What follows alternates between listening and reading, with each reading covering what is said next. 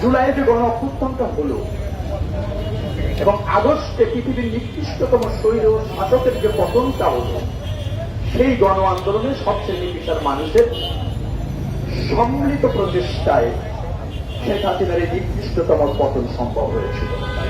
এবং সেখানে উল্লেখযোগ্য কন্ট্রিবিউশন ছিল আমাদের এই রিক্সাওয়ালা শব্দটা আমি ব্যবহার করবো না, রিক্সা চালক ভাইদের, কারণ সব রিক্সা চালক রিক্সাওয়ালা না, তাদেরকে ভাড়া নিয়ে রিক্সা চালাতে হয়, মালিক না।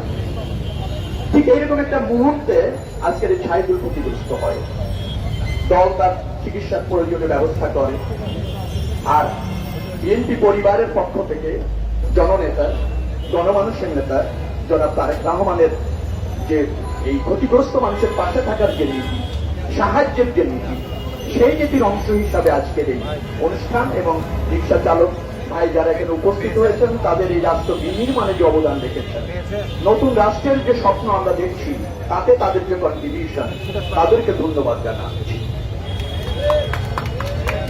ক্ষতিগ্রস্ত হয়েছে অনেকে। আমি ছোট করে যদি বলি, আমার আসনেই মারা গিয়েছে ঢাকা 10 আসনে 5 জন। আমি তাদের পাশে থেকেছি, তাদের কাছে গিয়েছি, তাদের পাশে আছি। নির্দেশ, সিদ্ধান্ত দলের নির্দেশে জননেতা জনাব তারেক রহমানের। আর আমরা বিএনপি পরিবার তো সব শুভান্নধ্যায়ী, সব সমর্থক, সব নেতারই পরিবার, নেতারই হার। রুমনকে আমি দেখেছি, তিনিও চেষ্টা করতেন সর্বাত্মকভাবে। প্রয়োজনকে এত বেশি যে একটা দলের পক্ষ সব চাহিদা মেটানো, সব প্রয়োজনে সজাগ হওয়াটাও কঠিন হয়ে চলেছে, কিন্তু বিএনপি রঙে ভঙ্গ দেয়নি, কন্টিনিউ ভাবে সেটা করে যাচ্ছে। প্রায় 200 জনের মতো আহত হয়েছে ঢাকা 10 আসন। আমার সৌভাগ্য হয়েছিল এই নিকৃষ্টতম পতনের সময় ঢাকা মহানগর বিএনপির সমন্বয়ক হিসেবে কাজ করবেন। আমি দেখেছি সব শ্রেণী পেশার মানুষ কিভাবে ফুসে উঠেছে, কিভাবে প্রতিবাদ করেছে, কিভাবে প্রতিরোধ করেছে, কিভাবে গুলি বুকে নিয়ে নিয়েছে। অতএব এই সময় দল হিসেবে আমাদের যে দায়িত্ব, জাতির প্রতি যে আমাদের কমিটমেন্ট, আমাদের দলের যে মিশন, আমাদের দলের যে মূলনীতি, আমাদের দলের যে আপনার যেটাকে বলা হয় আদর্শ, সেটাকে ধারণ করে এই কাজ অব্যাহত আছে, অব্যাহত থাকবে।